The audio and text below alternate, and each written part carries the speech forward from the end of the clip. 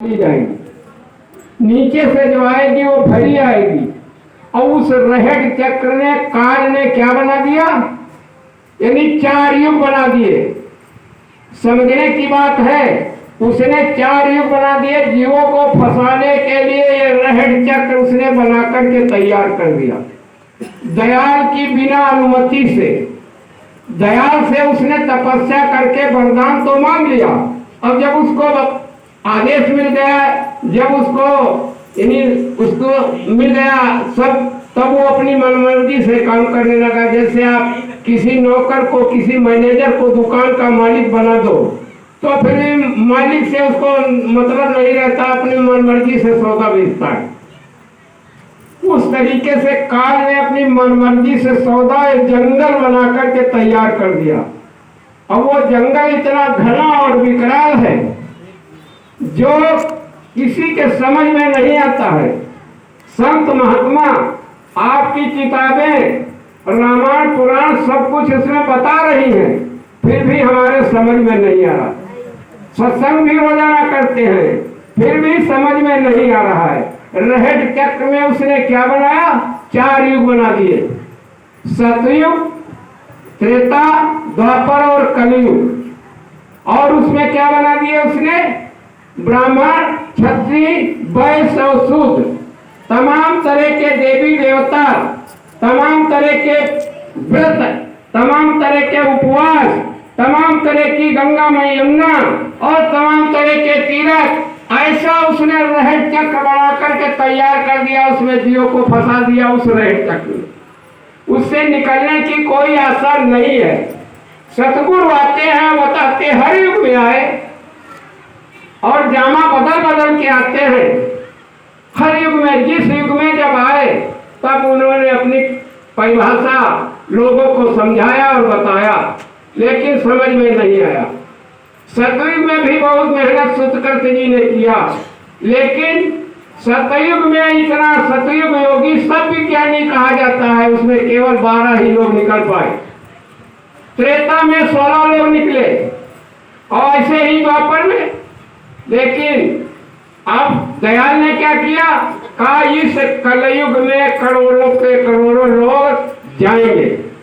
गुरु महाराज ने साफ शब्दों में बराबर समझाया।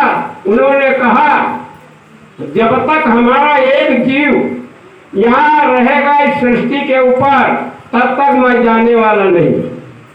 हमारे ही गुरु भाई लोग रोजाना समझते रहे। उन्होंने कहा मैं ऐसा महात्मा नहीं हूँ, मैं गांधी बाबा नहीं हूँ जो मुझे कोई पैसे से, इस धरती का कोई पैसे वाला मुझको पैसे से खरीद ले, कोई खरीद नहीं सकता है।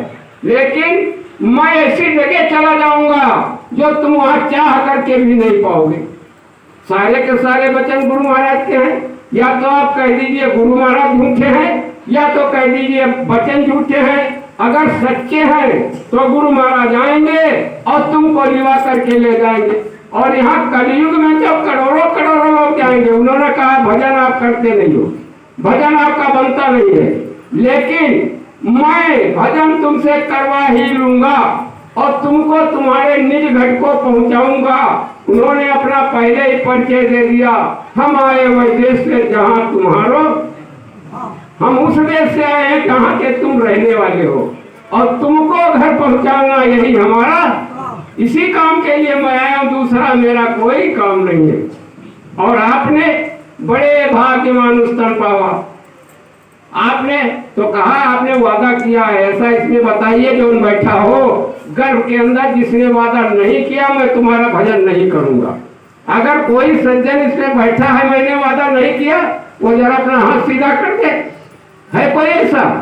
सभी लोगों ने वादा किया है मैं तुम्हारा ही भजन करूंगा, तुम मुझे मेरे ऊपर दया करो और तुम्हारा मैं भजन करूंगा। आपकी किताबों में लिखा है अब प्रभु कृपा करो ये भांति, और सब उत्तर भजन कर देना सारे लोगों ने। लेकिन वादा खिलाफी सबने कर दिया। जब बताइए वादा खिलाफी कर दिया तो उसके वो वादा खिलाफी का दोष किसके ऊपर लगेगा बताइए? वादा खिलाफियों के ऊपर लगेगा। इसीलिए हमारा हमारे ऊपर कोई तकलीफ कभी आने वाली नहीं। उस कुदरत की तरफ से किसी इंसान के ऊपर कोई मुसीबत आने वाली नहीं है। लोग कहते हैं भगवान ही की दया है जो हमारे ऊपर, भगवान ही नाराज हमारे ऊपर ये आ गई, लेकिन हम ये नहीं कहते हैं। ये जो हमारे ऊपर दुख और तकलीफ आ रही है ये सारे हमारे कर्मों के द्वारा आ रही है। उनकी कोई ऐसी नहीं जो तुमको सजा देने वाला, वो तो तुम्हारे ऊपर दया करने के लिए संतों को तुम्हारे पास भेजा है। और जब हमारे